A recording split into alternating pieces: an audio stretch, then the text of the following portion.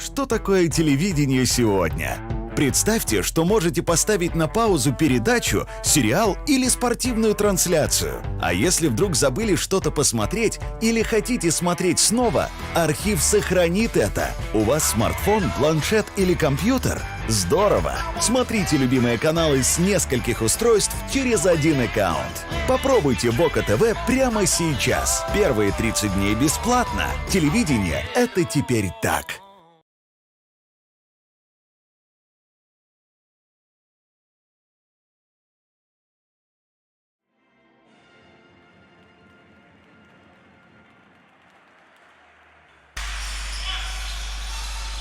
Ну что ж, дорогие друзья, надеюсь, вы вернулись для того, чтобы посмотреть второй матч первого дня финала 4. В таком формате проходит итоговая часть чемпионата Беларуси среди мужчин сезона 19-20.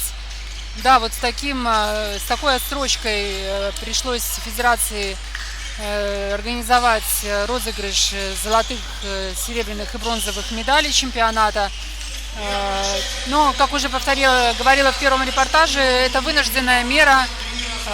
И есть, конечно, определенные важные моменты. Это те, что команды за этот период времени простой, в общем-то, кардинально изменили составы. Наверное, самые большие изменения составов можно отметить у Рубона. Сейчас будет возможность, я вам покажу и расскажу, кто ушел, кто появился и на кого в этом сезоне будет рассчитывать Руслан Байдаков, главный тренер. Надеюсь, что это время вы найдете и посвятите баскетболу. Все соскучились по игре, все давно были уже так без трансляции, без присутствия на аренах. С вами буду я, Ирина Жилыч, и в ближайшие 1,5 часа будем смотреть за тем, как будут развиваться события во втором матче первого игрового дня. Итак, сейчас на площадке будут состязаться команда Рубон из Витебска и ЦОР Борисфен. Борисфен закончил регулярный чемпионат на первом месте.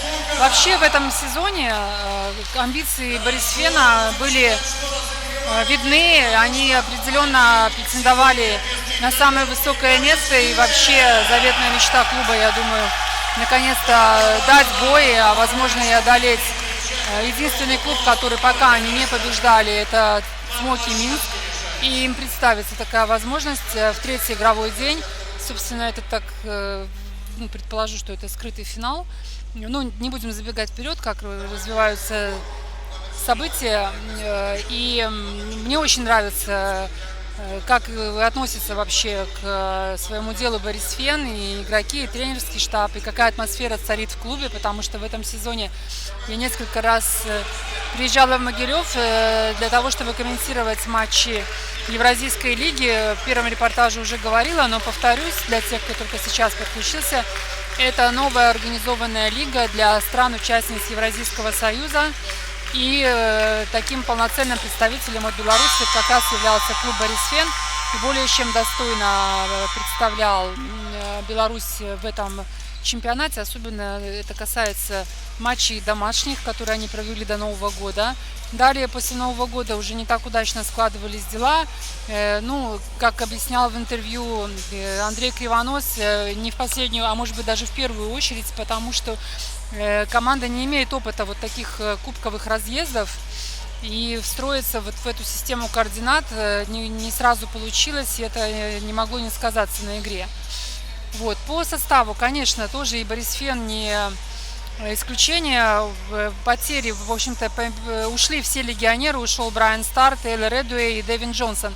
Отдельно скажу, вот легионерский подбор, вообще работа селекционеров у Борисфена здорово была поставлена, очень достойные были игроки, и на них, в общем-то, держалась игра, ну и наши ребята не отставали. Пришли в команду также легионеры, но и интересные белорусские игроки. Наверное, самый яркий из них это Влад Микульский. Но сейчас в старте его не вижу. Вообще в старте сейчас Илья Шарипов, капитан команды Артем Мальков, Эрнандес Зиненко и так, и первый номер это Макбрайер. Макбрайер, представитель США. Ну что ж, свисток матчу дал. По ходу дела буду вас знакомить с составами. Ну а сейчас смотрим.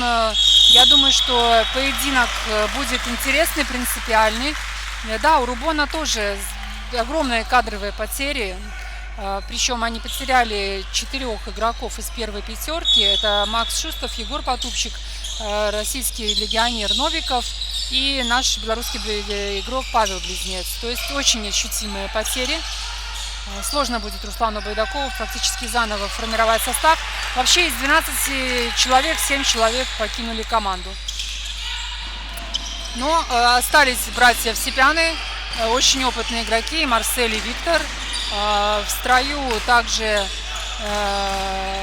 Качан Алексей, Пектерев Глеб, новичок Полоневич Илья, 17 номер, обратите на него внимание, это игрок, вот он сейчас с мячом, это выпускник школы ЦМОКи, 2001 года рождения, очень хорошо себя зарекомендовавший в игре за молодежные сборные.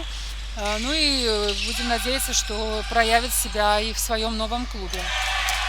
Ну вот сейчас видим, как Илья, о котором вам рассказывала, дальним броском открывает счет в этом поединке. Ну, теперь слово за Борисфеном. Все-таки, если так оценивать шансы, все-таки аутсайдером здесь является по составу, по объективным причинам Рубон. Ну и вот Артем Мальков, хорошо команда вывела его на атаку, отвечает тем же трехочковым броском. Но, как видим, Полоневич не стесняется, тут же заявил о себе как о потенциальном лидере команды. Ну, просто вообще глаз радуется, что даже тут не прицеливается. Но пока здесь, в общем-то, игра 1 на 1. Есть в формате FIBA такой вид соревнований. Вы знаете, что 5 на 5 баскетбол, 3 на 3 это баскетбол, который, родился из стритбола. Но здесь у нас сейчас пока 1 на 1. Я надеюсь, что все остальные подключатся. Обменялись выстрелами.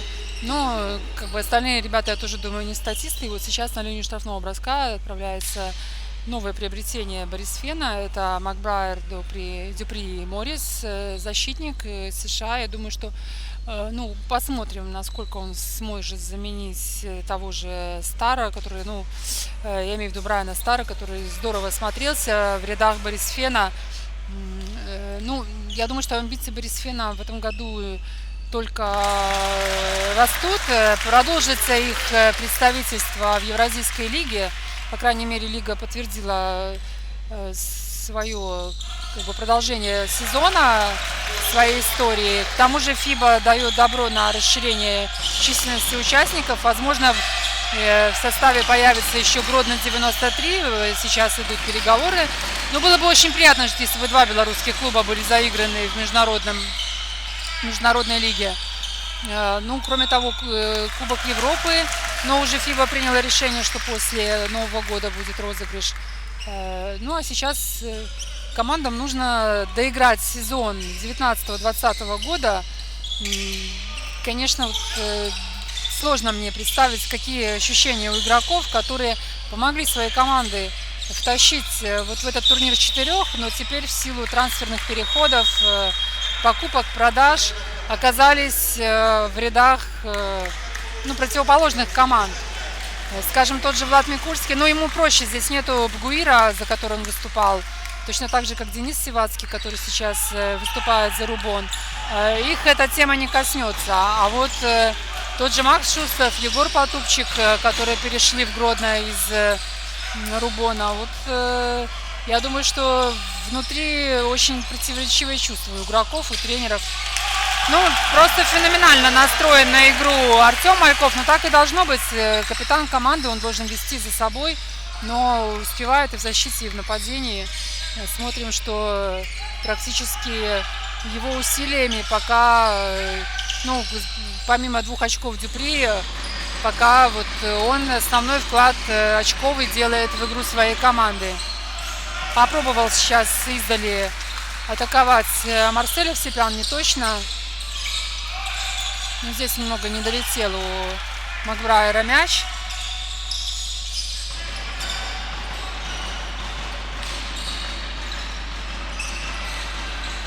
Очень хочется посмотреть в деле на тоже нового человека в составе Рубона. Это Шибаев Даниил, появится на площадке. Я расскажу вам о нем подробнее. А вот сейчас вижу, что на замену готовится Сацук Константин. Тоже интересный молодой игрок, 2000 года рождения. Тоже выпускник школы Цмоки. Радует, что как бы поставляют молодых игроков на рынок чемпионата Беларуси. Находят они свое место в составах, ну и надеюсь, что проявят и покажут все, чему они научились и что они умеют. Издали сейчас Ткачук, ну вот тоже интересный игрок, это украинец, 94 года рождения, и очень много авансов ему раздавалось. Он выступал за клубы украинские, Днепр, Одесса и чемпион прошлого года в составе Одессы. То есть я думаю, что он значительно усилит состав Рубона. Поэтому не такими уж мальчиками для битья предстают, в общем-то, после близкого знакомства ребята из Рубона. Но не получилось сейчас у Виктора Всепяна, ой, прошу прощения, у Марселя забить. Ну а Генька сейчас пробует. Да, не растерялся, так и не стал озираться. В общем-то, один находился, и спокойно Андрей отправляет мяч в кольцо. Ну что ж, Борисфен такой спорт произвел, но пока Рубон держится, не отпускает. Ну что ж, здесь будет фол в исполнении Виктора Всепяна. Обидно, когда мяч в кольце, да еще и получается возможность с линии штрафного.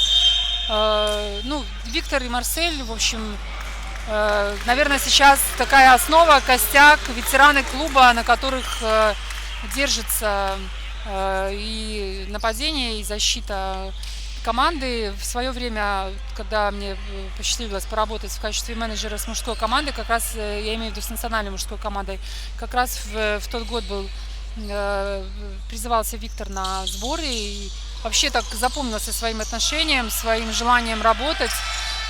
Был ли у него сезон в Цмоках, но вот сейчас вместе с братом играет в Рубоне, и я думаю, что Байдаков, тренер команды, рассчитывает на своих таких преданных игроков.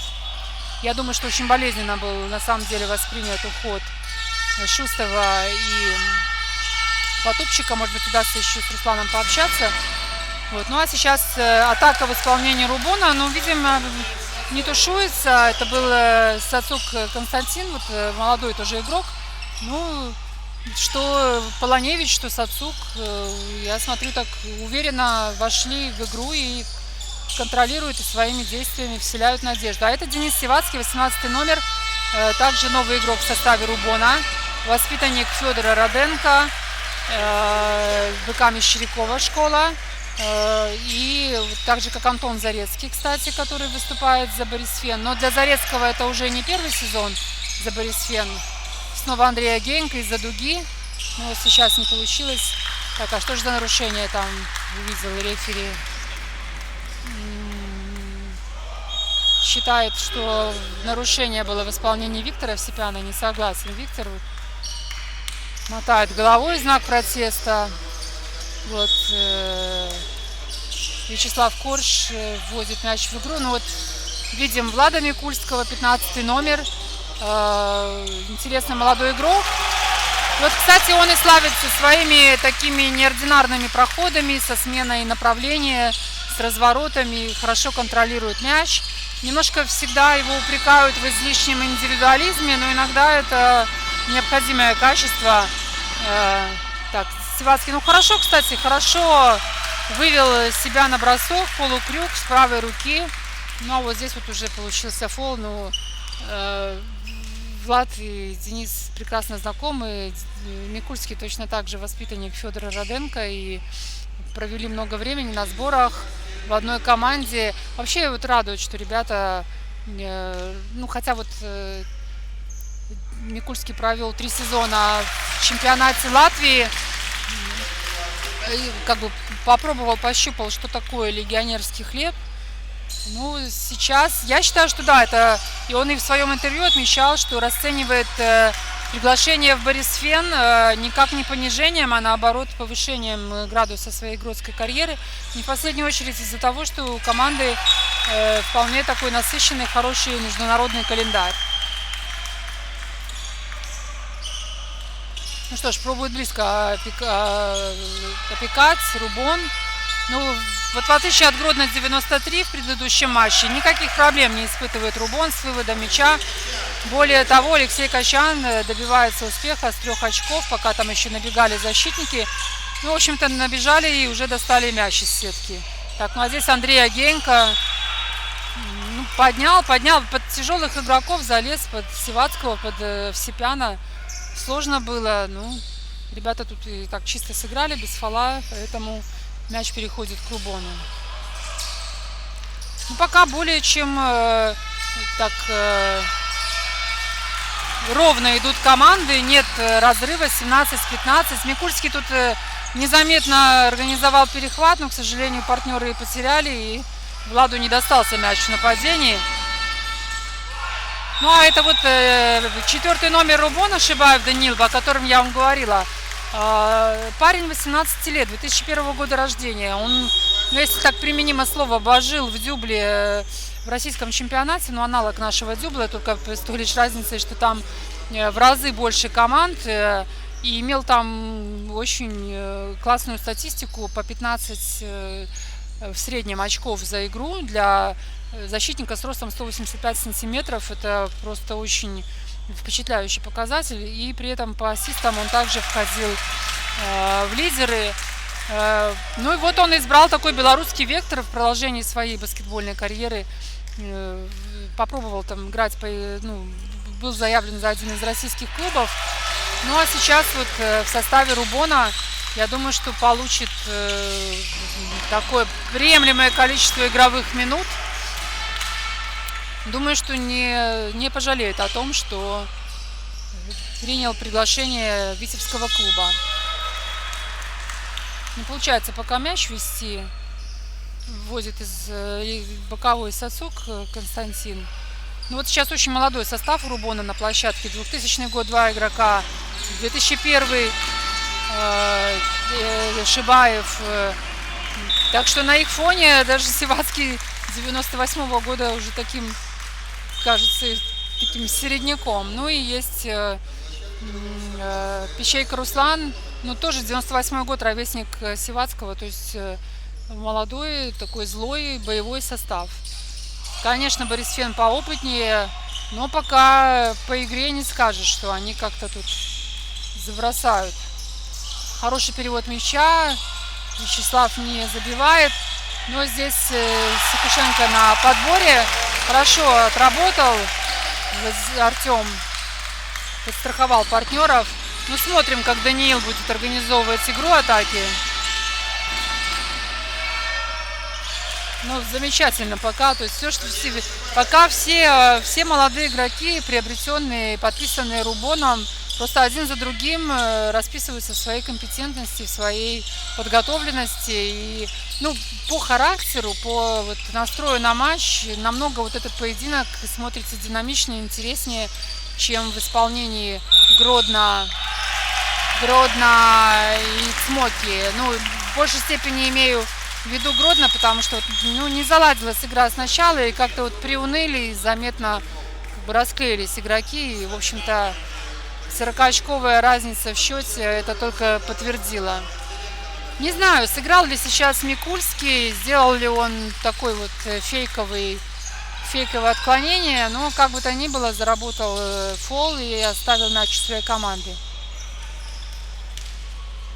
Фол в нападении поставили сейчас Якушенко. Ну, такой обмен фолами, в общем-то, часто бывает, что судьи незаметно возвращают. Ну, не думаю, что это был тот случай, скорее всего, действительно Артем там нарушил правила. Хорошо, Даниил владеет мячом, но тут уже не получилась передача. Сложно было полуразворота отдать входящему игроку, да еще его опекали два защитника. Ну, такой рабочий эпизод, начало матча. Я думаю, что надо все пробовать. Проникающие передачи. Ну, во-первых, для этого нужна определенная смелость, чтобы отдавать. Поэтому вообще не упрекну ни разу Даниила за то, что он пробует такие варианты. Так, ну здесь апеллируют к судьям. Каммингс, кстати, не рассказала вам об этом игроке. 8-й номер Каммингс Тейвин Диандерс, американец. Это игрок Рогатца. Рогатца из Еревана. Этого игрока, если вы наблюдали за участием в Евразийской лиге Борисфена, мы видели в составе армянского представителя, и, конечно, он там был бесспорным, просто местами даже единственным лидером команды. Не знаю, кто кому понравился в период общения, клуб или город Каммингсу, или Каммингс Андрею Кривоносу и тренерскому штабу. Ну вот видите, этот сезон Тейвин перемерил бело-зеленые цвета, переместился в Могилев. И пока, ну, время, конечно, понадобится на то, чтобы приноровиться к новой команде, но однозначно это очень стоящий игрок. Увидим, как он будет себя чувствовать в новом клубе. Ну, тем временем такой сложный проход у Пищейка Руслана. Бросок не достиг цели. Но я вижу, что никто из игроков не тушуется. Все берут игру на себя. И вот эта уверенность Рубона, вот это его такая вот смелость рабочая, лично мне очень нравится. Фол Марселю Овсепяну и Микульский. Ну, Микульский, я думаю, что лично себе ставит совершенно конкретные задачи, стать лидером в этой команде. Не просто ему это будет сделать. Есть тут хорошего уровня исполнители. Но видим, что с первых минут... Ну, вообще, Влад всегда заметен своим темпераментом, своим отношением к игре. Очень экспрессивный игрок. Иногда эта экспрессия играет с ним даже злую шутку. Он может завестись с судьями, как мы знаем, даже и с партнерами по команде, не говоря уже о соперниках. Но в общем и целом поставим это качество ему в актив, потому что это дает ему преимущество на площадке. Рубон демонстрирует очень быстрый переход от защиты к нападению. Вот уже которая атака, буквально моментально выносится мяч, и там в 2-3 паса атака организуется. Ну, в предыдущем поединке не в исполнении Гродно, Цмоков мы такого не видели. Опять же скажу это потому, что это молодой задорный коллектив, при этом исполнительского мастерства хватает. Ну что ж, первая четверть закончилась со счетом 25-20. Я думаю, Борисфен не ожидал такого наката, такого драйва от своего соперника. Я думаю, что сейчас Андрей Кривонос так предметно поговорит со своими ребятами. Но хорошие впечатления о матче, интересно смотреть. Я надеюсь, что через 2 минуты мы все соберемся снова у экранов и продолжим наблюдать за этим поединком.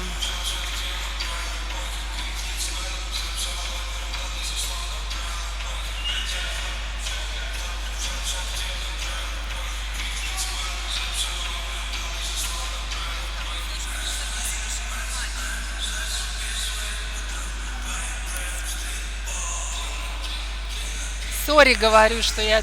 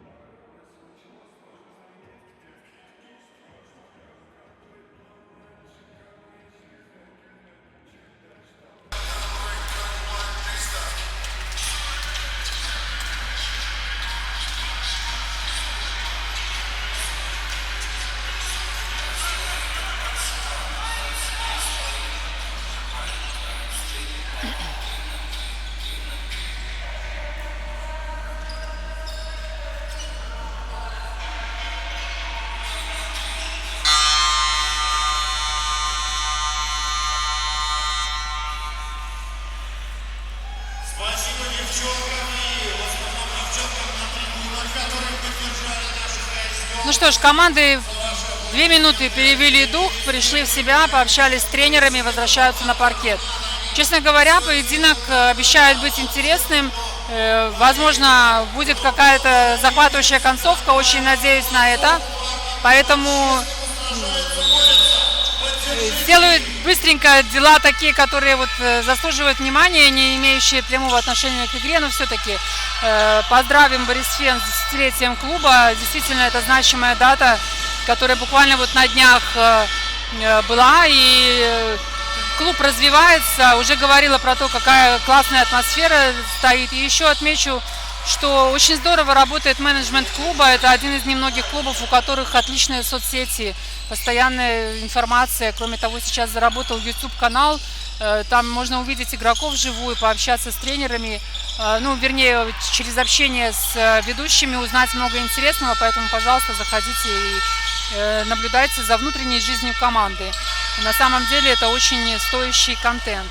Ну и кроме того, хочу сказать, что вот Евразийская лига, которая сюда пришла вот в календарь европейский, и в которой вот, возможно, появится второй представитель, она интересна еще тем, что там есть еще представительство как бы и белорусских технологий, компания Спорт ТВ, которая является партнером Белорусской Федерации баскетбола.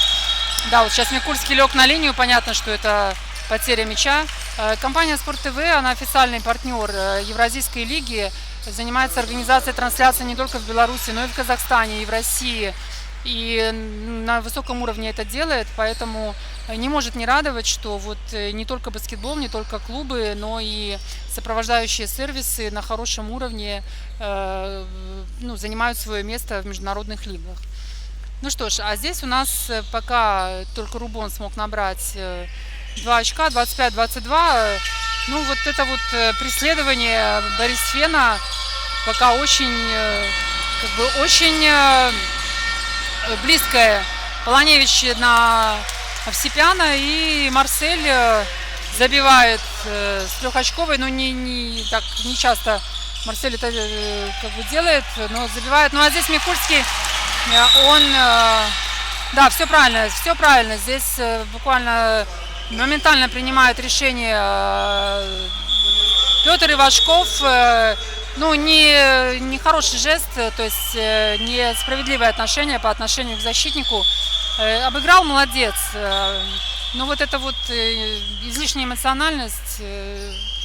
И правильно сейчас поступает Андрей Кривонос, абсолютно солидарно, что нужно дать Владу отдохнуть, просидеть на скамейке, прийти в себя. Потому что, ну, надо уважать соперника, надо уважать защитника. И не делать вот таких не красящих игрока поступков.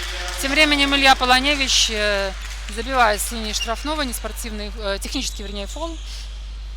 26-27. Кстати, в интервью Влад говорил, что очень как бы пересматривает свое отношение к вот этой излишней экспрессии, эмоциональности. Ну, вот что-то тут взялся за старое, скажем так. Илья Полоневич с мячом, хорошая скорость, но вот здесь заигрался немного. Ну, точно так же моментально Илья Шарипов вынес мяч на противоположную сторону площадки. Так, скорости очень приличные. Ну, я думаю, что так же, как и в первом поединке, игроки, конечно, соскучились, у всех огромное желание играть. Ну и все сейчас после сборов, после подготовки, начала сезона, ну, для команд формально по игре это завершение сезона, но после такого простоя многомесячного, конечно, у игроков много сил и много желания играть. Появился Антон Зарецкий, третий воспитанник школы Мещерякова. Тут такое представительство, еще одно нарушение центральной линии, в этот раз в исполнении Полоневича. А Антон Зарецкий, ну, мне он очень понравился в прошлом сезоне. Может быть, не так много игрового времени он получал в составе Борисфена, но не терялся и был полезным и в защите, и в нападении создавал моменты. 98-го года игрок, ну, в общем, и по возрасту уже пора занимать свое место в игровом времени и приносить, ну, иметь высокий КПД.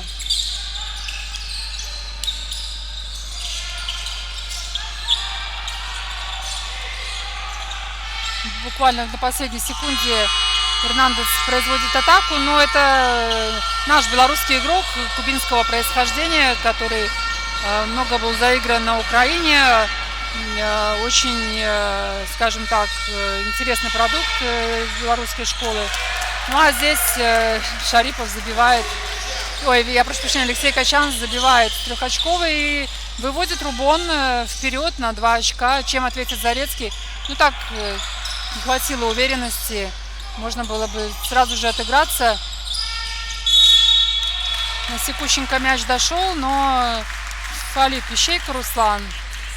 Фол до броска, будет из-за лицевой мяч введен. Ну, как уже говорила, раз игра приобретает такой напряженный характер, давайте заранее сообщу, когда будут следующие матчи, а именно завтра, в субботу, 5 сентября, в 15:00 будет встреча Рубон Цмоки Минск, и сразу же за ней в 17:30 Гродно 93 Борисфен. Последние матчи состоятся 6-го, в 12 часов Рубон Гродно и в 14:30 Цмоки Минск и Борисфен. Для тех, кто находится в Минске, я думаю, самым лучшим будет поддержать команды, поболеть в здании РУОРа на Филимонова. Ну а те, кто присоединятся к трансляциям, конечно, будем рады, если вы поддержите команды своим вниманием. Да, сейчас сложные обстоятельства, но если мы хотим видеть вот честную игру по правилам, то сейчас спорт предоставляет такую возможность. Поэтому всех приглашаем, всех рассчитываем увидеть или почувствовать, что вы смотрите финал чемпионата Беларуси по баскетболу среди мужчин.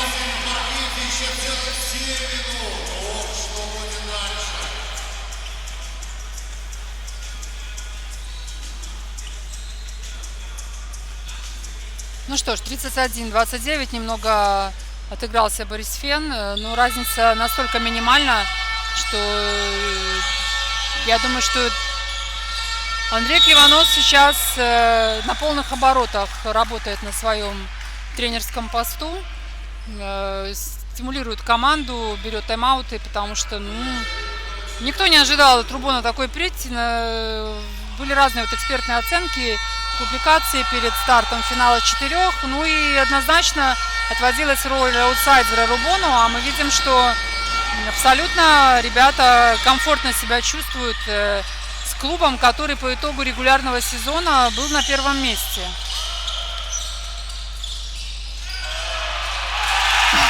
Хороший сейчас, ну так, не с первой попытки, но все-таки мяч оказался в кольце. Ну, зрелищный момент, и вообще, я думаю, что тут команды демонстрируют все хорошее, что у них накопилось за время без игры. Зарецкий в отрыве, будет ли слэм-данк? Ну, хорошо, что сейчас новые правила, можно сделать 2,5 шага, по старым правилам это была бы пробежка. Ну вот Антон вспорхнул, взлетел, забил, то есть... Здесь хорошо отработали в защите. Такой фол, ну, дают даже умышленный. Потому что так, ну, Шибаев, понятно, уступал в росте. Ой, прошу прощения, это Сацу Константин. Хотел так уж наверняка. Ну, а Шарипов Илья на опыте так нужной стороной подставился. И, в общем-то, вот Из этого получился умышленный фол.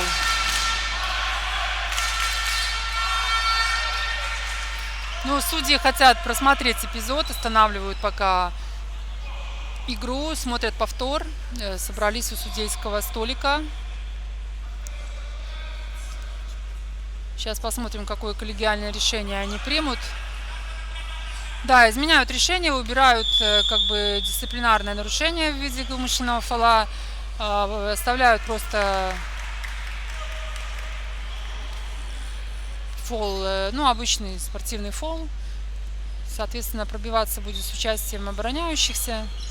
Ну, Илья Шарипов на линии штрафного.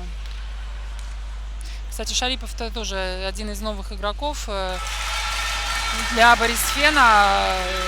Также к команде присоединился Владислав Мороз и Бруно Дишоп. Мы еще не видели этого игрока. Должен появиться на площадке.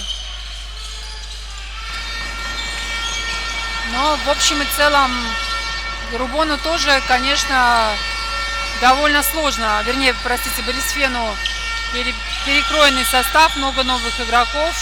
Тоже потребуется время на то, чтобы все это срастить, пазл сложить, и чтобы команда заиграла как слаженный организм.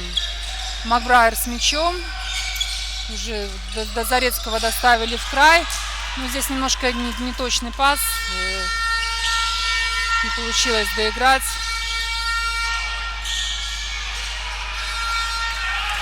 Неточная атака в исполнении Рубона. Рубон сейчас обороняется. Тоже быстрый переход. Ну и... Ах, Антон, ну как же так? Все сделали. Мяч на блюдечке. Забить не получилось. Ну так, какой-то сейчас такой момент бей-беги. Обменялись ошибками, атаками. Ну, здесь вообще сейчас должны взять игру под контроль первые номера команд, чтобы немножко сбить этот темп, этот какой-то бесконечный обмен мячами, перехватами.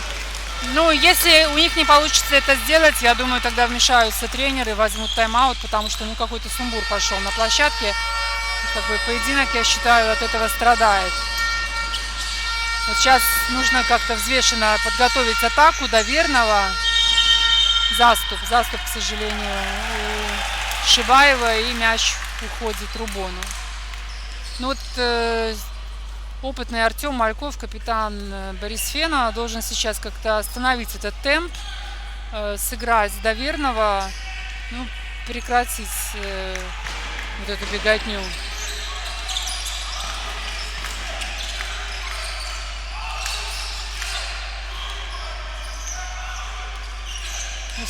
Ну, в общем-то, вот примерно тем Артем и занят. Вот сейчас на Большого доставили мяч. Ну и хорошее взаимодействие, короткий пас в зону. И Секушенко Артем забивает 2 очка. Ну вот у Борисфена, наверное, в силу опыта получается взять контроль. И, в общем-то, и разница в счете сейчас тоже в пользу. Уже на 8 очков Борисфену удается оторваться. Сложнее будет, конечно, совладать с этим Рубону. Молодость тут рулит. Но есть и опытные игроки. Братья Овсепяны оба на площадке. Должны немножко как бы сбить этот накат. Сейчас также появляется на площадке у Рубона Качан Алексей.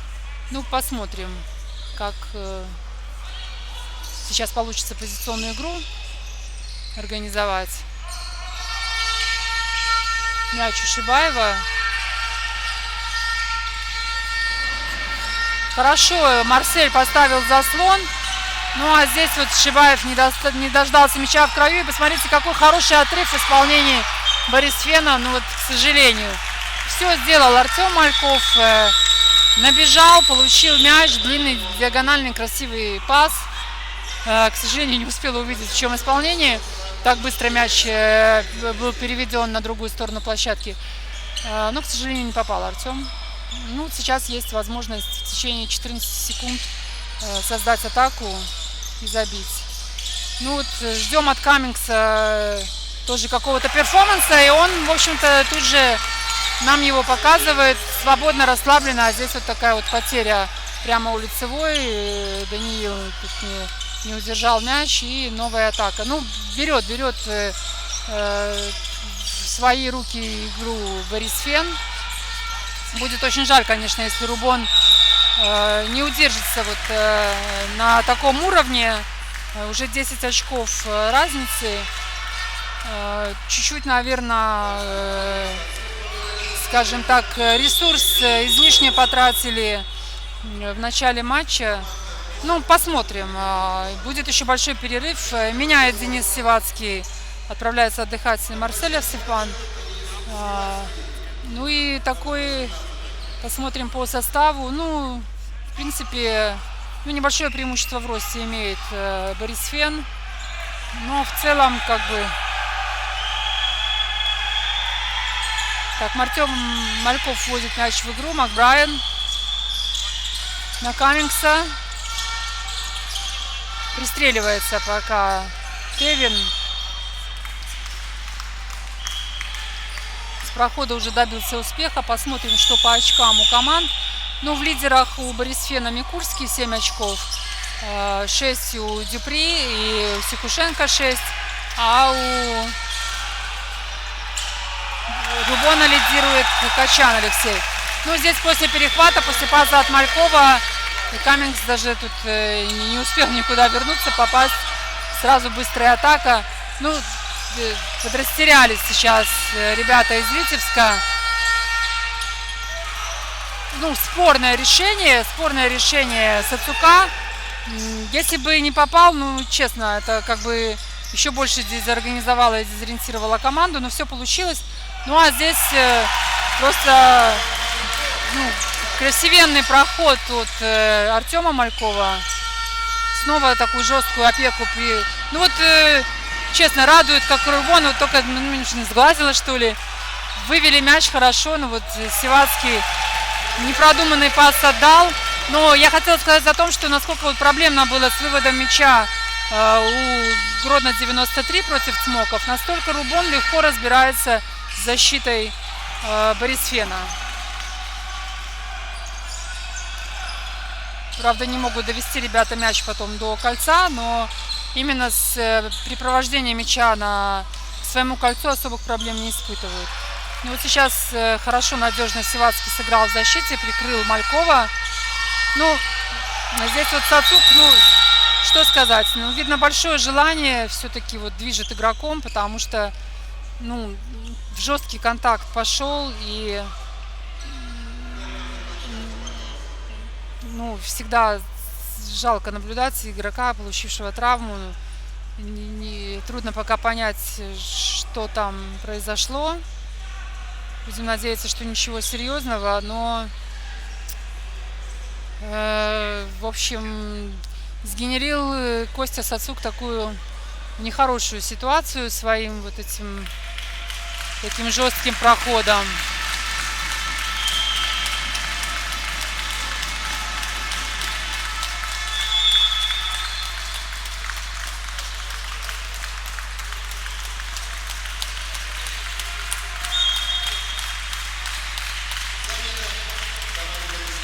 Смотрим, как там дела обстоят у Артема Малькова.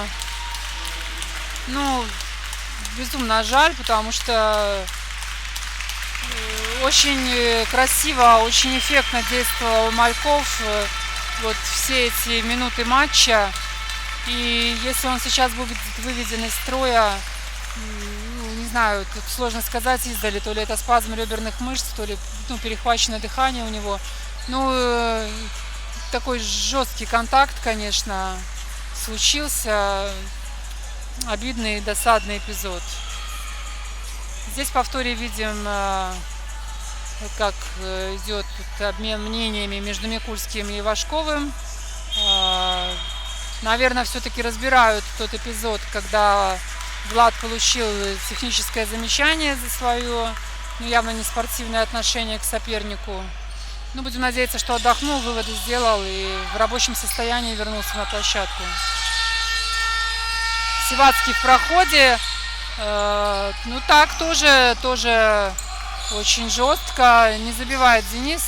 сложный на самом деле элемент. Вот с разворота Карил Абдул-Джабар вот забивал такие мячи. Денису надо доработать. Ну а здесь Якушенко хорошо. Примерно то же самое делает, что задумал Сивацкий. Ну, с той лишь разницей, что добивается успеха.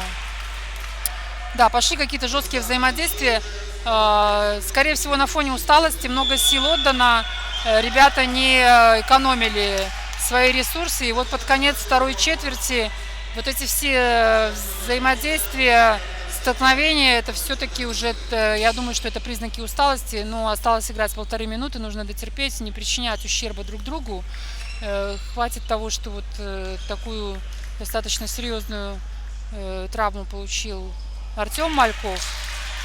Впереди целый сезон, и если не будет таких вот невынужденных потерь, это было бы очень хорошо. Не забивает Макбрайер последний, но по полной программе отрабатывает Артем Сикушенко. Центровой Борисфена надежно играет под кольцом.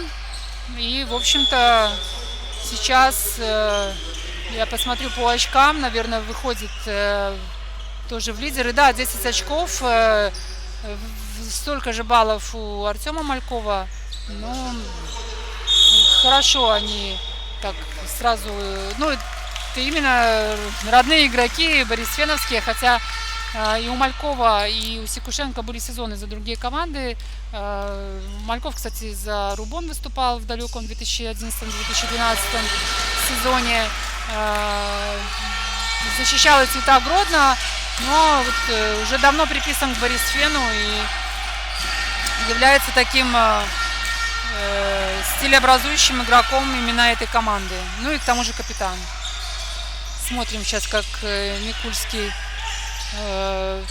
ну, думала, пойдет в свой такой фирменный проход, но мяч у Агеенко против Сивацкого. Ну, тут сложно было через Виктора забрать. Хорошо он занимал позицию перед Сикушенко. Поэтому, наверное, было бы лучше для Агеенко все-таки атаковать. А так потеря мяча, но мяч возвращается все-таки Рубону. Будут вносить мяч в игру. Вячеслав Корж идет. Ты тоже в свое время привлекался, провел один сезон в Цмоках, привлекался в ряды мужской сборной национальной. Ну и, может быть, не имеет там супер показателей по... Но зато в защите, я имею в виду в нападении по реализации бросков, но один из самых надежных игроков и, в общем-то, ценный для Рубона, учитывая вот все кадровые потери.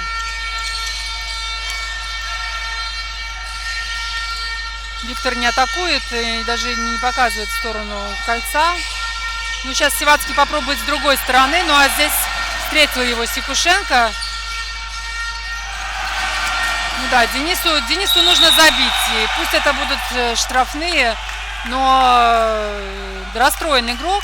Но я считаю, что моменты рабочие. Просто не хватает вот какого-то последнего штриха, чтобы забивать. Может быть, добавить работу ногами, чтобы выше защитника оказаться, и все будет получаться. Во всяком случае, мячами его кормят. Нет проблем у Рубона с тем, чтобы доставить большому мяч.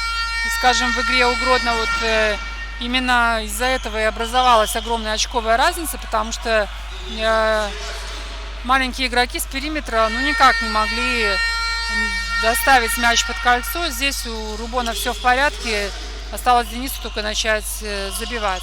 Хотя чистых ситуаций тоже не так и много. Ему приходится так создавать себе где-то в силовой манере. Но все это рабочие моменты. Я думаю, найдет он там способ, как реализовать. Ну что ж, Каммингс в нападении. Здесь такой индивидуальный момент. 3 броска будет он производить с линии штрафного. Тоже пока ищет свою игру. Но тут уже Борисфен создал себе такой очковый задел, что в принципе можно пробовать и броски, и проходы. Есть такой гандикап. Я думаю, что это позволяет более свободно действовать игрокам, нет вот этого груза.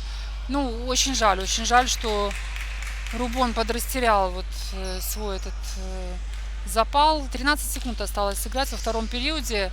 Я думаю, что передохнут и посмотрим, как ситуация будет. Сейчас главное не отпустить слишком далеко, потому что совершать камбэк будет очень сложно.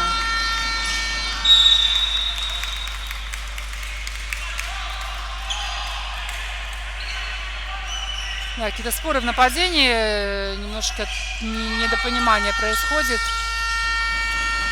Пора уже, да, ввести мяч.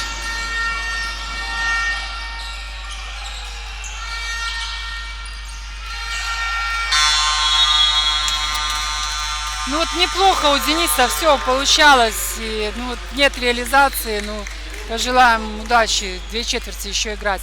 Прощаюсь с вами на перерыв. Команда отправляется на отдых. Ну и увидим продолжение матча через 15 минут.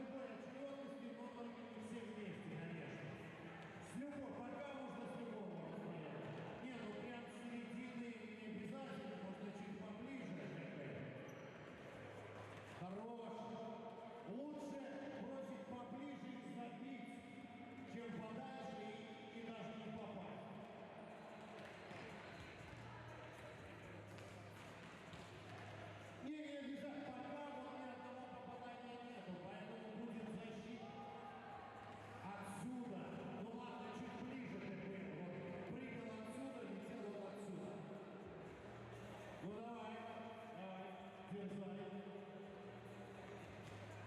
Ну, было близко, но пока нет, пока вот территория, да, девчонки сразу настроились. Давайте так, у нас для девчонок будет отдельно. Вот это будет для пацанов расстояние, вы можете с более близкого бросать. Я вас посчитаю из другого расстояния. Но только это кольцо, иначе я людей просто не вижу. Ой, ты хорош. Конечно, у нас нет ограничений, пока не выйдет команда, пока не появятся игроки, пока не надо будет освободить площадку. Ну вот за инициативу я в тебе почти верил, что у тебя получится. Хорошо, такие мощные броски, правда, ни одного точного, парни. Не переоценивайте себя. Ну,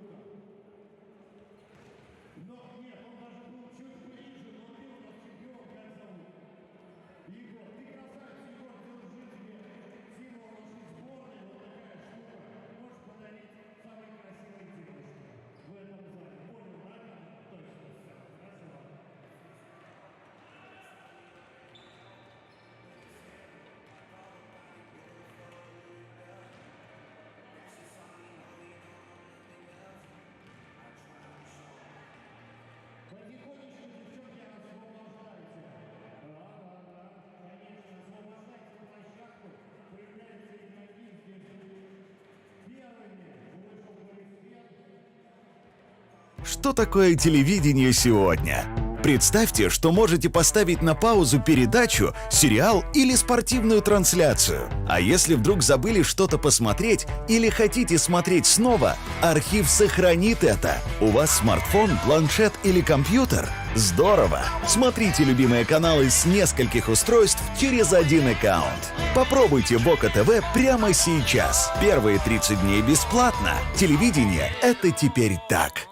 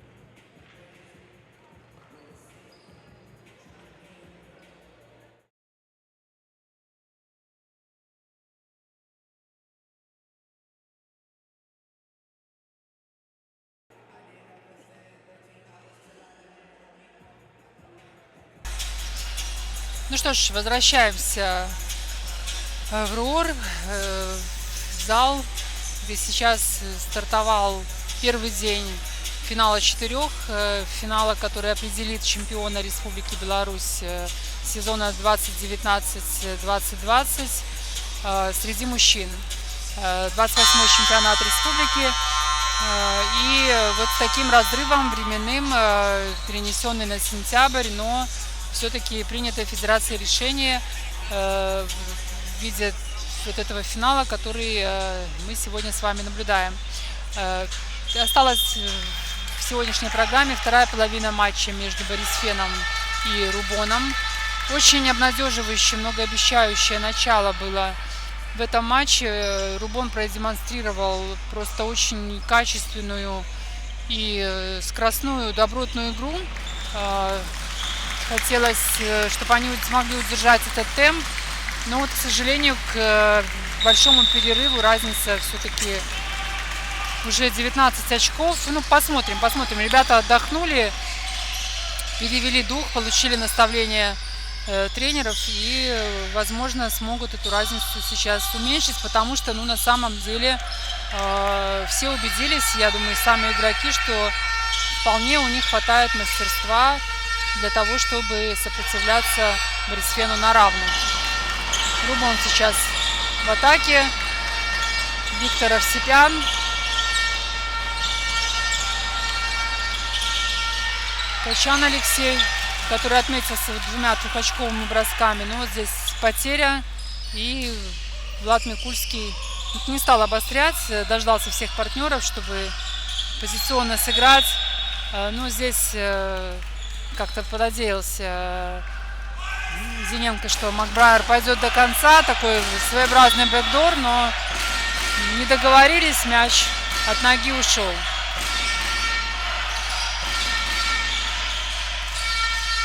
Ну, здесь хороший такой уверенный бросок со средней дистанции. Макбрайер тут понял, что, наверное, уже ничего хорошего за оставшиеся секунды изобрести не получится, поэтому взял игру на себя и довел атаку до логического конца. Чем ответит Рубон? Ну вот не получилось качественного входа. Сацук вроде и предложил себя в зоне, но не настолько, чтобы можно было дать передачу. Тут уже с опаской смотришь на перемещение Сацука по площадке. Помним, как он как бы способствовал травме, которую получил Мальков Артем. Ну и теперь вот его эти рейды, честно говоря, так вызывают опасения. Здесь хорошо отработал в защите Полоневич.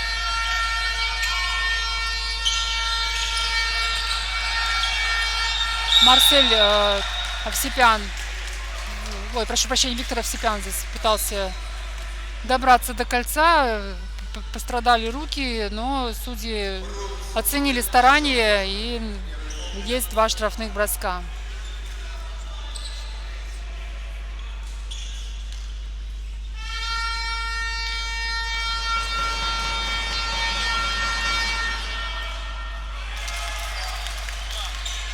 Точная первая попытка. Ну, думаю, Рубон настроен сокращать разницу. Да и вообще, не думаю, что так просто готов будет отдать этот поединок.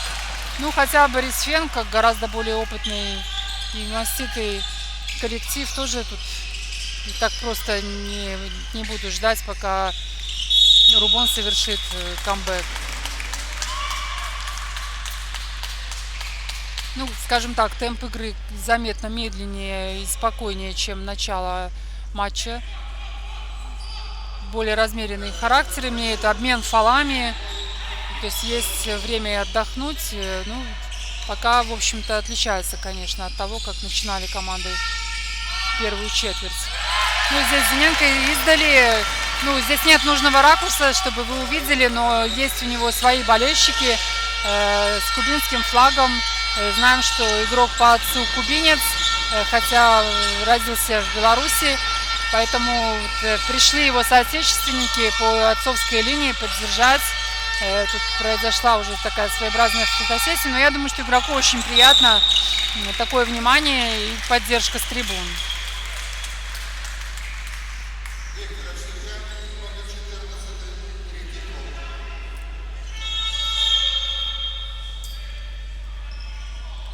Замена. Полоневич покидает площадку. Прошу прощения, вот тот рейд, который я приписала Сацуку, да, это был, конечно, Илья Полоневич. Сацук только сейчас появляется на площадке. Ну, очень надеюсь, что обойдется без травм, без таких контактов с последствиями. Хорошо занял позицию Шарипов Илья и смог продавить 2 защитников. Хорошо тут организовал для себя эпизод. И 61-37. Виктор Овсепян издали. Он так помешал в самом конце ему 19 номер Борисфена. Это Депешо Брукс Лурдо. Это американский центровой, 206 сантиметров. Молодой парень 98-го года. Ну вот фактически впервые он появился в матче. И посмотрим, как он себя проявит.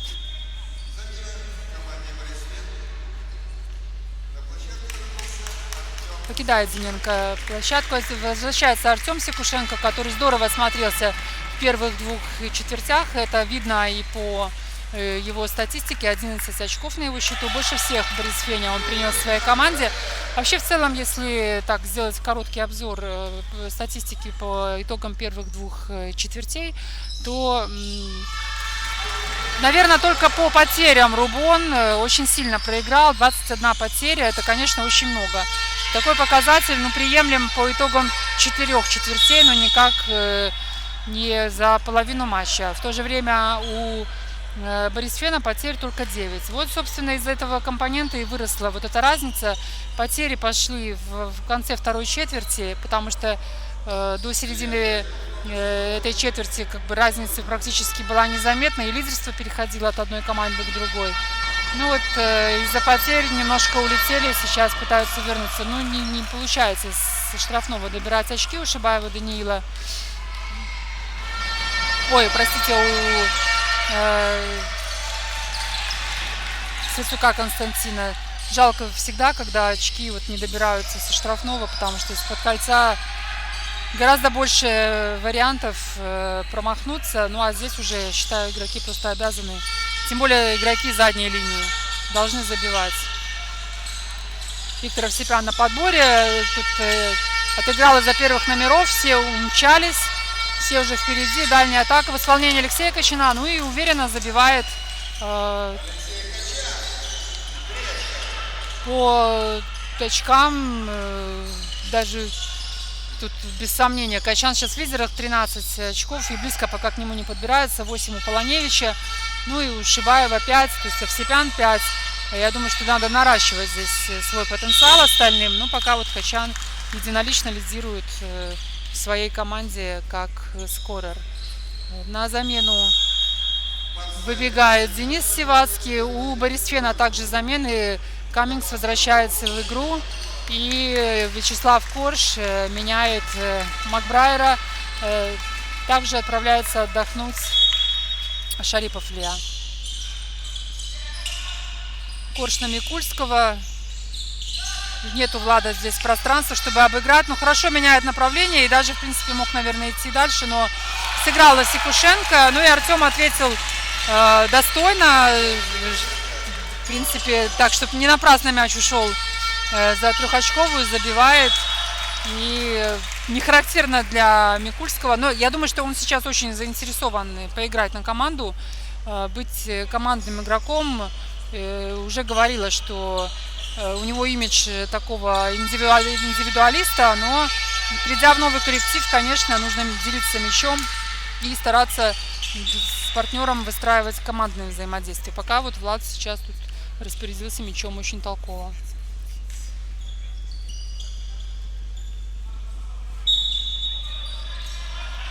Рубон из-за лицевой. Пока не сильно заметен 7-й номер, это Ткачук Эрнесто, которому, в общем-то, авансами пророчили такой лидирующую позицию в команде. Медленно сейчас выносил мяч Сивацкий. Тут доли секунды и набежали защитники. А тут Каммингс, конечно, разобрался эффектно, красиво. Мог бы даже, наверное, выйти на слэмданк, но и в таком исполнении более чем эффектно. Еще раз Качан издали.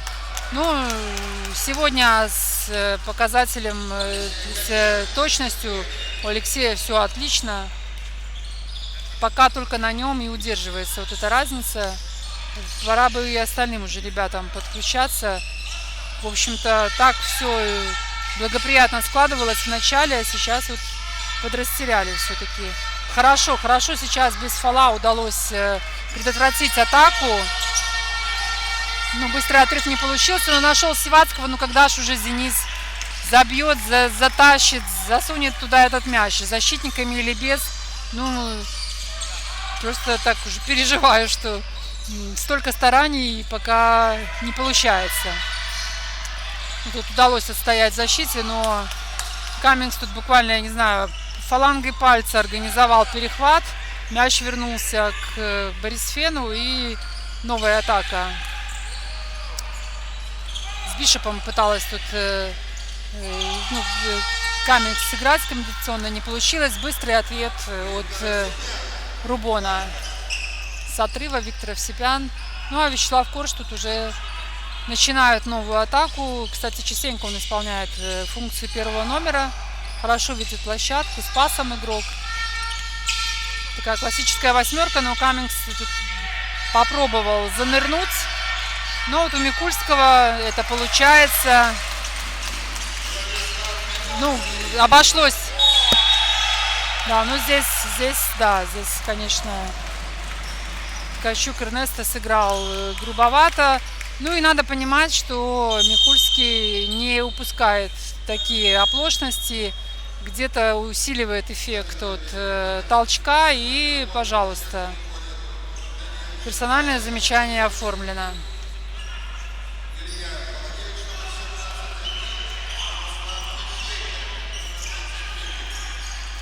Выстраивается для вбрасывания Борис Фен. Смотрим, что 4 игрока в линию. Микульский вводит из-за лицевой. На площадке Копачев появляется. Ну, так, в общем-то, ничего красивого не получилось. Ну, а здесь Агеенко уже в проход остановился. Хорошо нашел Копачева, но только вышел в холодные руки. Не получилось атаковать. Ну, а Рубон быстро организовывает. Копачев издали. Но судья заметил, да, было там буквально минимальный заступ. Жаль, что, ну, даже диктор объявляет, что 3, поправляют его, да, 2 очка. Но по-хорошему тут позавидуем скорости организации атаки и насколько заряжен игрок на, ну, имею в виду Кашаназа, насколько заряжен на атаку.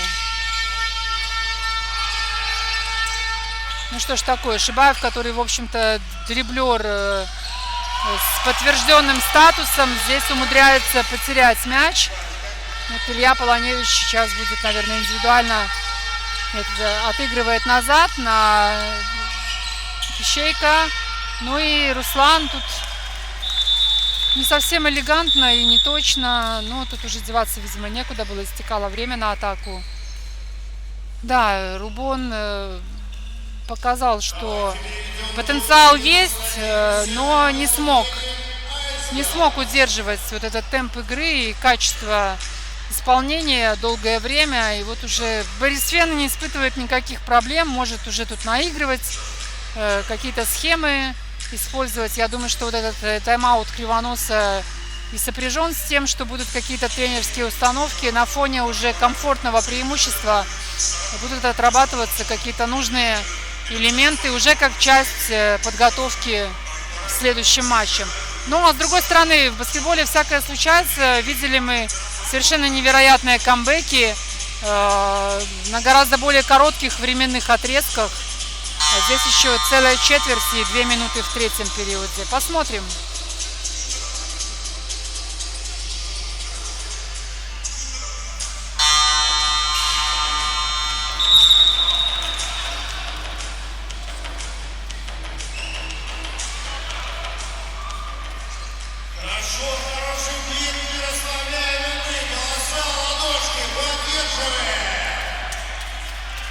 Что ж, Борис Фен уже на площадке, улыбаются игроки, подбадривают друг друга.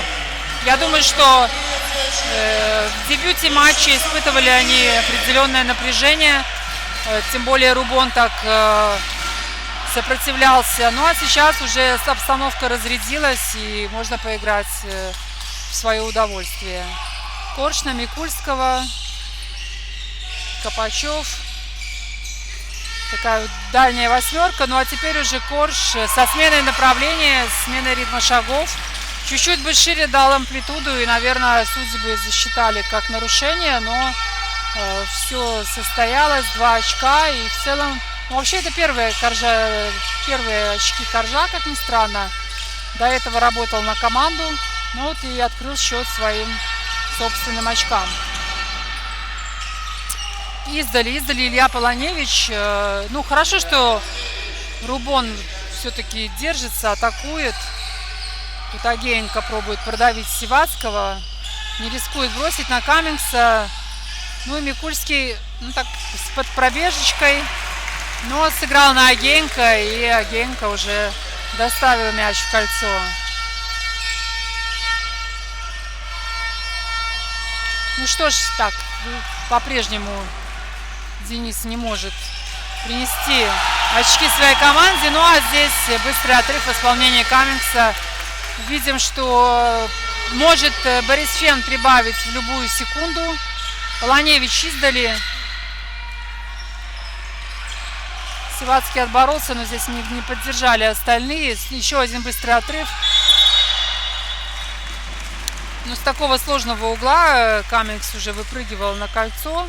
Да еще с защитником. Хорошо, что обошлось без какого-то столкновения. Смотрим повтор. Ну да, защитник задел, был фол. 2 штрафных сейчас будет исполнять Тейвин. Не думаю, что здесь будет какая-то осечка. Все-таки уровень и класс игрока очень высокий, чтобы допускать промахи со штрафной. Ну так и есть, первая попытка успешная.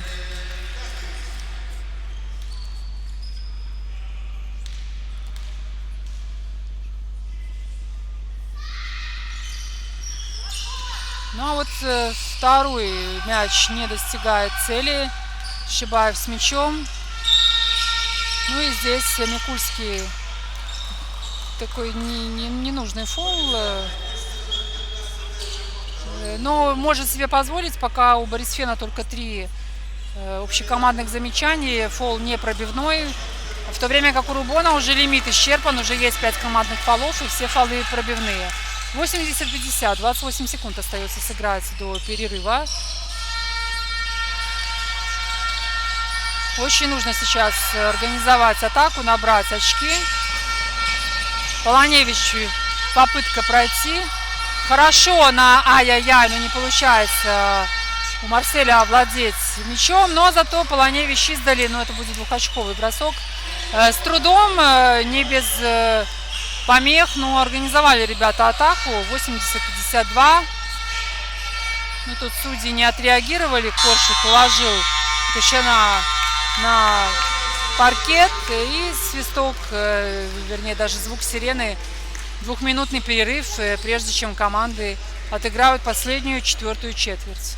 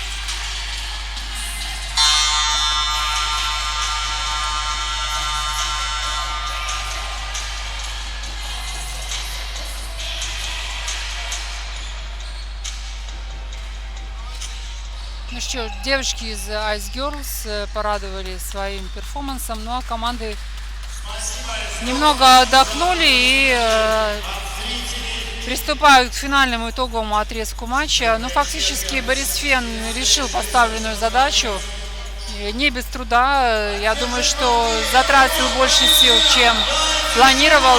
Есть еще у Рубона целых 10 минут на то, чтобы потрепать нервы сопернику. Шибаев в проходе на Полоневича. Ну, наконец-то у Сивацкого получается бросок от щита.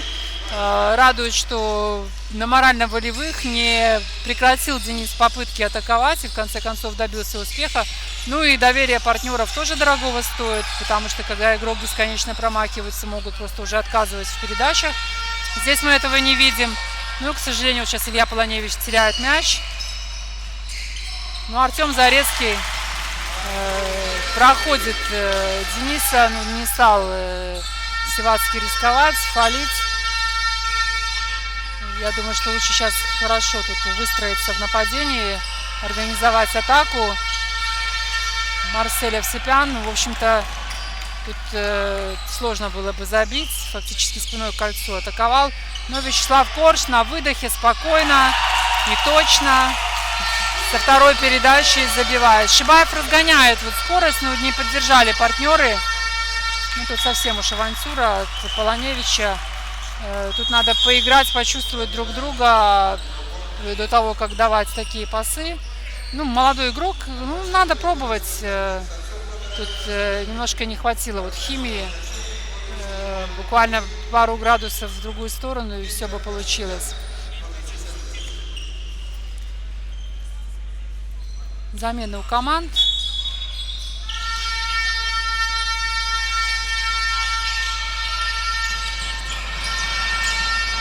Все ждем какого-то все-таки заметного вклада в игру команды от Ткачука Эрнеста, но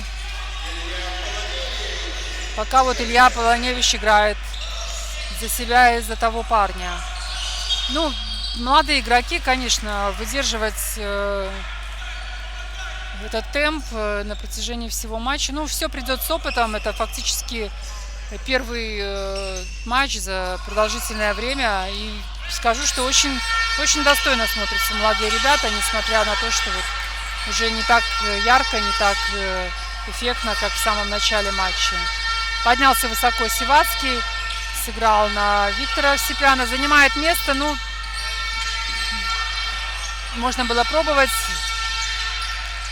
Остается буквально доли секунды на атаку. Ну и хорошо тут Виктор поднял игрока. Довели, по крайней мере, до определенного результата. Заработали штрафные, осталось их реализовать. Ну, такая вот затяжная рабочая атака. Но на флажке успели все-таки заработать фол. Но, к сожалению, со штрафными не получается. Вот по первым двум четвертям со штрафных все было в порядке, стопроцентное попадание, но сейчас уже статистика подпорчена, есть промахи. Получает здесь Ткачук фол. Пятый фол, да, пятый фол. Вот так незаметно насобирал замечаний и возвращается в игру Шибаев. Ну, Даниилу это только на руку, получит больше игрового времени. Ну, а, конечно, у Ткачука должны быть вопросы к себе, что так вот быстро зафалился. Копачев сейчас поработал для Борисфена в атаке, забивает 2 очка. Ну, смотрим, остались ли силы у Рубона, остались ли у него тут какие-то запасы, чтобы доиграть этот матч. Ну вот видим, как Виктор Овсепян из-за дуги 61, ну и смотрим по очкам.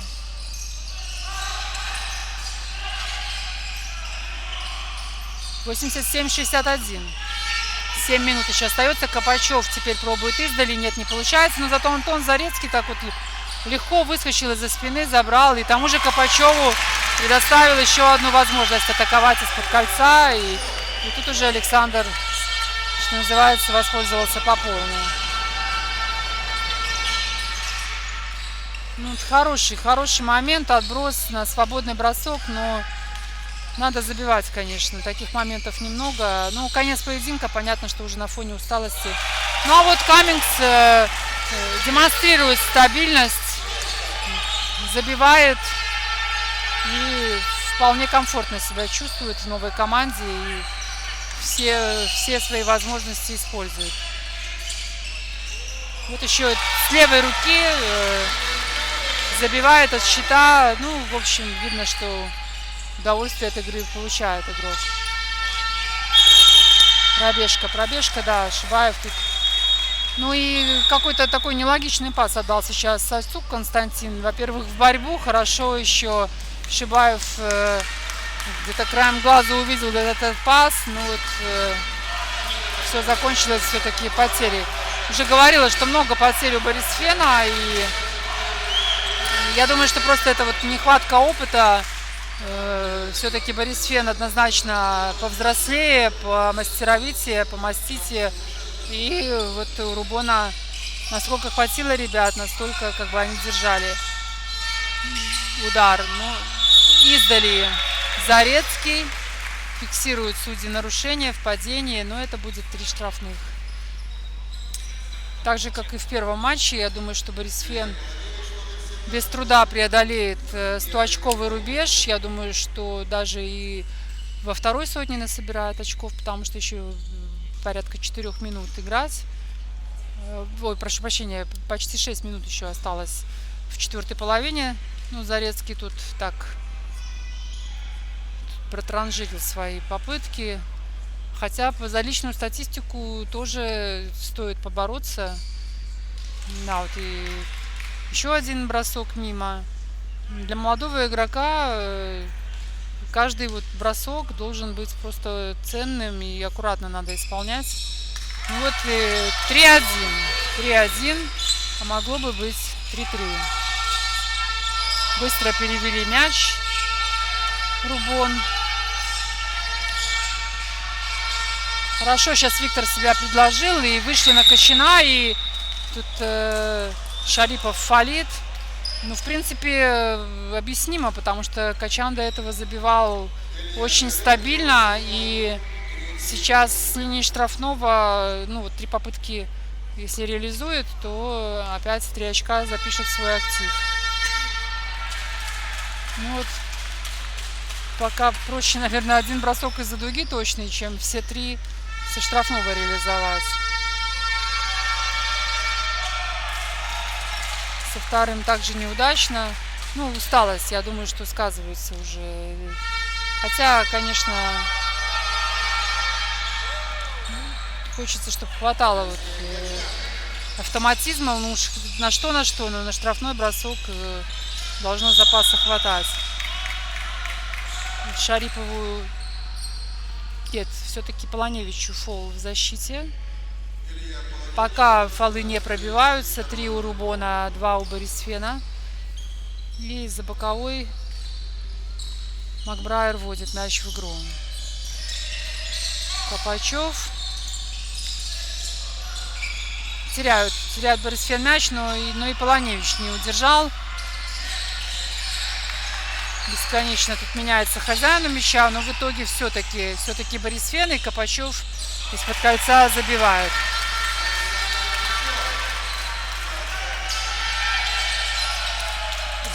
Сорвался мяч с руки. Хорошо тут было задумано, и радует то, что вот Шибаев разгоняет атаку, дает такой вот импульс, скорость игре, но уже вот под конец поединка браков в передачах много, и быстрый отрыв не получился. Ну а здесь тоже такая не самая организованная атака, но фол, и мяч отдает рефери Рубону. Сейчас нужно Шибаеву все-таки так выстроить игру команды. Как-то скорость и драйв хорошо, но должны быть и выверенные такие выстроенные атаки, и мячи забитые с верных позиций. Ну, тут не было причин у Виктора не бросать, он был один, но не попал. Вторая попытка с того же места у Полоневича тоже не точно.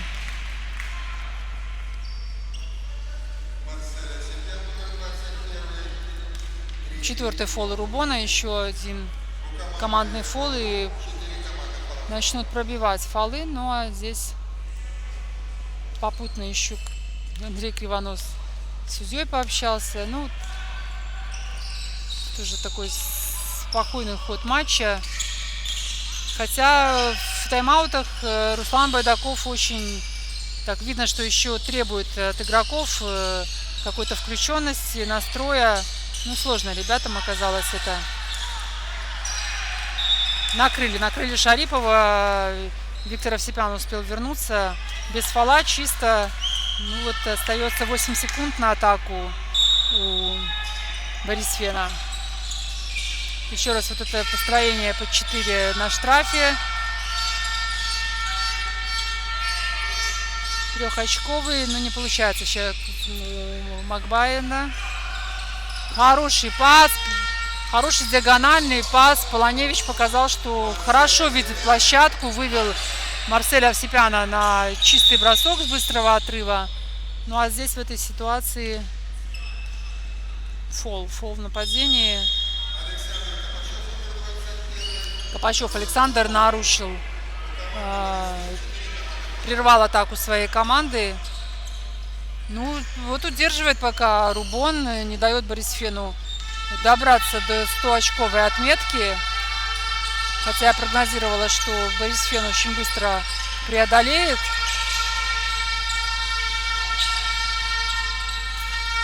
Шибаев набежал и с левой руки, из-под больших. При этом и Шарипова как бы приземлил на паркет. Ну, такие хорошие, трудные 2 очка, но Даниил тут вклад свой в командную копилку внес.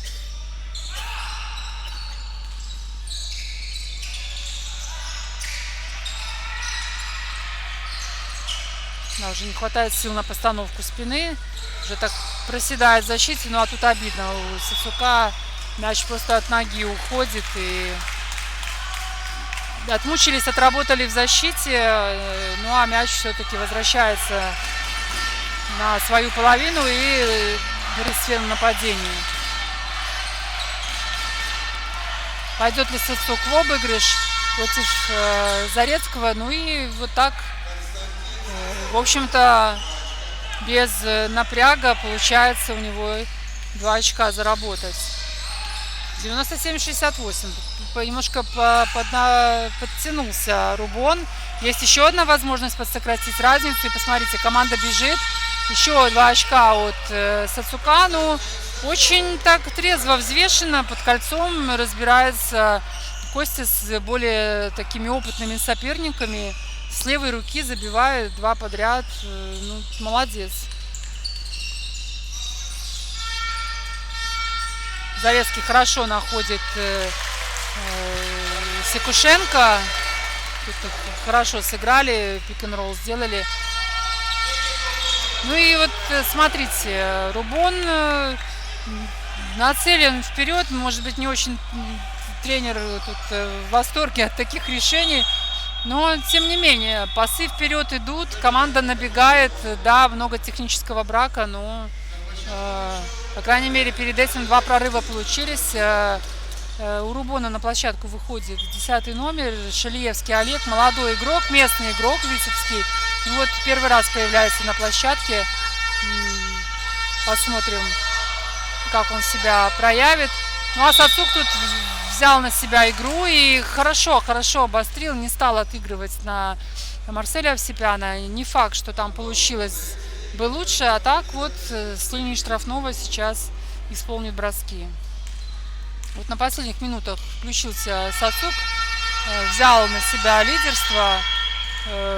Ну, достойный ход, потому что когда команда подустала и немножко разладилась командная игра, вот если есть кто-то в команде, кто вот возьмет на себя бремя лидерства, очень хорошо, и у Сацука вот сейчас это очень достойно получается сделать.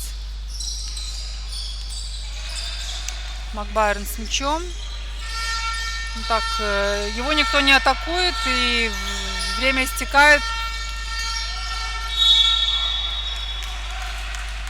Собрались вокруг него 3. Ну, не знаю, насколько он там мог вывернуться из этой ситуации. Может быть, не стоило Марселю так близко к нему подходить. Ну, вот, тем не менее, 99-72. И сейчас, я думаю, что штрафными бросками, усилиями Макбайерна выйдет команда Борисфена из сотни очков. Да, сотня достигнута за 1,5 минуты до конца матча. 172. Ну вот Смоки не смогли сотню перейти. Ой, пытался тут Виктор вывести мяч за кольцо, но и вот уже 102. Тот же Макбайерн переводит счет во вторую сотню. Так, ну здесь у Шибаева не получается. Шаевский не прочитал, Шалевский, простите, не прочитал пас. Ну, в общем-то, и предпосылок не было у Шибаева вот для такого паса. Ну, а здесь уже Копачев в связке с Шариповым забивает еще один мяч. Последняя минута матча пошла. Издали Шибаев. Зарецкий набегает. Ну и сам в такой прямо, ну скажем, в манере заокеанской, с проносом, с зависанием, ну с проносом, с проводом мяча с одной руки на другую, без нарушения заносит мяч в кольцо. Ну что ж, пусть Башилевский, да, молодец, Олег забивает в первом же своем дебютном матче за новый клуб, не растерялся, с первой же атаки приносит 3 очка. Поздравляем с первыми набранными во взрослом чемпионате очками. Но остается 9 секунд. Байерн не атакует. Не идет в сторону кольца. Ну и поздравляем Борисфен с победой над Рубоном 106-75. Такой итоговый счет на табло. Какие бы ни были впечатления от второй половины игры, мне понравился Рубон своим задором, молодостью. Борисфен также порадовал своей качественной игрой и отношением. То есть не дали никакого сомнения ни зрителям, ни тренерскому штабу в своих намерениях на победу. Ну, в общем и целом, вполне достойный поединок. Ну, я думаю, что основные матчи впереди. Да, повторюсь, что завтра в 15:00 Рубон встречается с Смоки Минск. В 17:30 Гродно 93 с Борисфеном.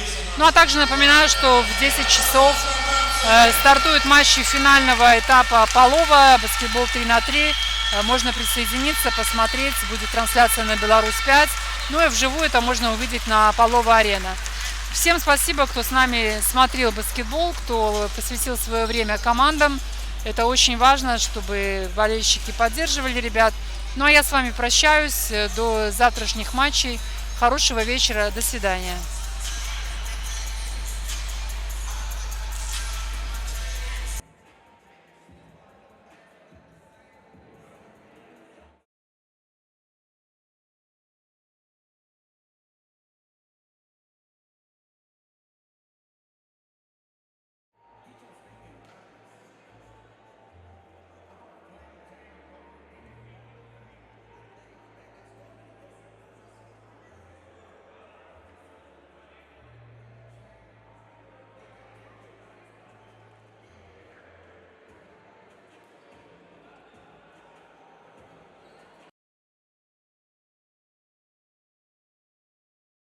Что такое телевидение сегодня?